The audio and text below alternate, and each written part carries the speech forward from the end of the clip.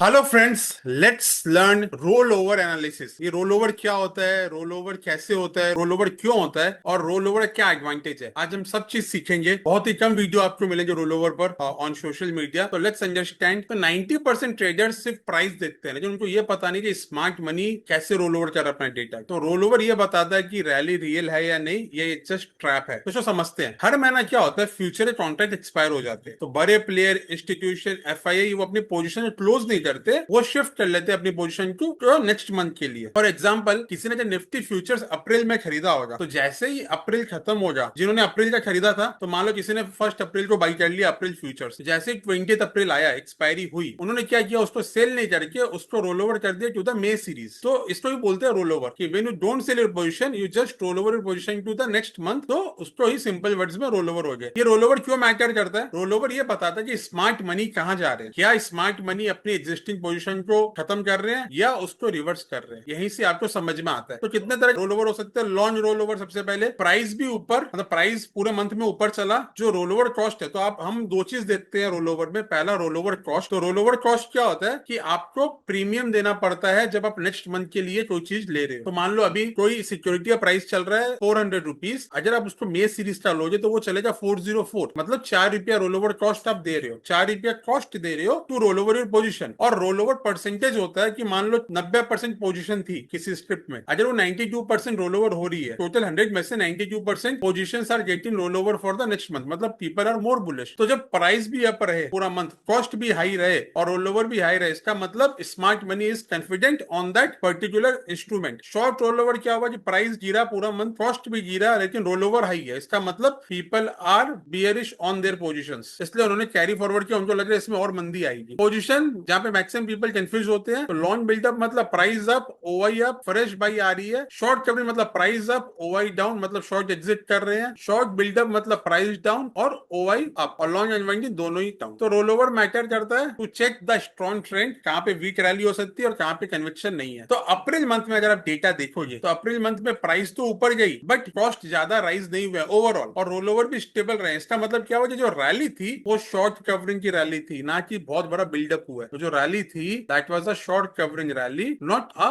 Fresh long aggressive buildup. तो आइए दोस्तों, मैं हर महीना ये रोल ओवर शीट बनाता हूं टू जस्ट एनालाइज कि कौन से स्टॉक में पीपल आर मोर बुलिश, कौन से स्टॉक में बियरिश है, और ये बहुत अच्छा काम भी करती है। अगेन एज ए डिस्क्लेमर, ये जितने भी वीडियोस है ये just educational point of view के है, सो दैट आपको समझ में आए। अगर आप कुछ भी बाई या सेल करते हो तो प्लीज अपने फाइनेंशियल एडवाइजर से कंसल्ट जरूर कीजिएगा। तो आइए चलते हैं सीधा डेटा शीट पे। तो फ्रेंड्स, ये डेटा शीट है। तो इसमें मैंने क्या किया है, इसमें मैंने एवरेज कॉस्ट किया, ठीक है, थोड़ा सा इधर उधर प्राइस हो गया। तो इसमें मैंने क्या किया है, एवरेज, पहला है सेक्टर का नाम, दूसरा स्टॉक का नाम, तीसरा एवरेज कॉस्ट, मतलब लास्ट 3 महीना में उसकी एवरेज कॉस्ट क्या रही है जनवरी फरवरी मार्च में, और अप्रैल में क्या कॉस्ट देके रोल ओवर हो रहा है। लास्ट 3 महीना में जनवरी फरवरी मार्च में क्या रोल ओवर परसेंटेज था एवरेज, और अभी का एवरेज क्या है। मैं मंथ और मंथ इसलिए नहीं देता हूँ बिकॉज आप जब एक क्वार्टर का ले रहे हो तो आपको अच्छा समझ में आती है कि न्यू बाइंग कहाँ पे हो रही है, न्यू न्यू ट्रेंड कहाँ पे इमर्ज हो रहा है। जैसे हमने मेटल्स पकड़ा था, हमने ऑटोस पकड़ा बेस्ड ऑन दिस डेटा, और ये है चेंज इन प्राइस, टोटल कितना प्राइस चला अप्रैल में। तो सबसे पहले आते हैं ऑटो पे। तो ये सेक्टर वाइज है। तो ऑटो में आप देखोगे रोल ओवर उतना मजा नहीं आ रहा, ओवरऑल जो रोल ओवर है। तो उसमें कोई स्टॉक जो मुझे अच्छा लग रहा है वो सोना कॉम्स, बिकॉज एवरेज था 0.38, अब कोई जो 38 पैसा दे रहा था अब वो 60 पैसा देने रेडी है, मतलब। और रोल ओवर भी देखो 95 94, मोर और लेस सेम, और प्राइस भी पॉजिटिव रहा, मतलब स्ट्रॉन्ग बाइंग हो रही है सोना कॉम्स में। तो सोना कॉम्स में हो सकता है मे सीरीज भी अच्छी चले। जब आपको मे सीरीज बोल रहा हूँ, मतलब फ्रॉम 29 अप्रैल टू जो एक्सपायरी हो रही है वहां तक। ऑटोज में कुछ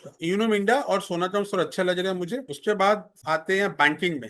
बंधन बैंक का देखो, रोल ओवर बढ़ा है, कॉस्ट घटा है, मतलब शॉर्ट कवरिंग हुई थी, और ये प्राइस भी बढ़ा, मतलब फ्रेश बैंक और आ सकती है। तो बंधन बैंक है जिसपे आपको नजर रखनी चाहिए। पीएसयू बैंक में थोड़ा सा रोल ओवर कम हुआ है इस बार। एचडीएफसी बैंक में इस ओके 63 60, तो एचडीएफसी बैंक को भी आप रडार पे रख सकते हो। तो मुझे लग रहा है बैंक निफ्टी में मूव आ सकता है इन दिस मंथ। उससे पहले अपने चलते हैं, let's see Nifty bank Nifty. Nifty में क्या हुआ है, एवरेज रोल ओवर जो था 72.33% था, बट अप्रैल के रोल ओवर वाज 71.4% ओनली, जबकि बैंक निफ्टी में थोड़ा सा रोल ओवर बढ़ा है। तो मुझे लग रहा है इस मंथ में bank Nifty can outperform Nifty, बहुत बड़ा मार्जिन से नहीं बट हल्का सा मार्जिन से it can outperform Nifty as per the data. तो जब बैंक निफ्टी आउट परफॉर्म कर सकती है हल्के से जरूर, तो एचडीएफसी बैंक मुझे अच्छा लग रहा है, और देन बंधन इज वेरी गुड। उसके बाद में आरबीएल बैंक बेहतरीन। तो ये तीन है, और बाकी सब में एसबीआई में शॉर्ट कवरिंग हो रही है। देखिए रोल ओवर कॉस्ट 0.54 था, माइनस आ गया है, और रोल ओवर डेटा डेटा बढ़ रहा है, इसका मतलब है कि शॉर्ट कवरिंग हुई थी अप्रैल मंथ में, हो सकता है इस मंथ में भी एसबीआई में थोड़ी सी उछाल देख सकते हो। पीएसयू में क्या हो रहा है, सेल ऑन राइज हो जा रहा है, तो आफ्टर एचडीएफसी आईसीआईसी भी थोड़ा काम कर सकता है, तो ICICI is also bullish. Plus अगर आप प्राइवेट बैंक का चार्ट भी देखोगे तो 50 ईएमए से बाउंस हो रहा मंथली में, तो चार्ट भी बहुत ही बेहतरीन है इसका। Now let's see cement. Cement में ज्यादा मजा नहीं है, roll over is not that good, खाली अंबुजा थोड़ा अच्छा लग रहा है out of all the cement stocks. Capital goods में आप प्लीज नजर रखिए, कैपिटल गुड्स बहुत ही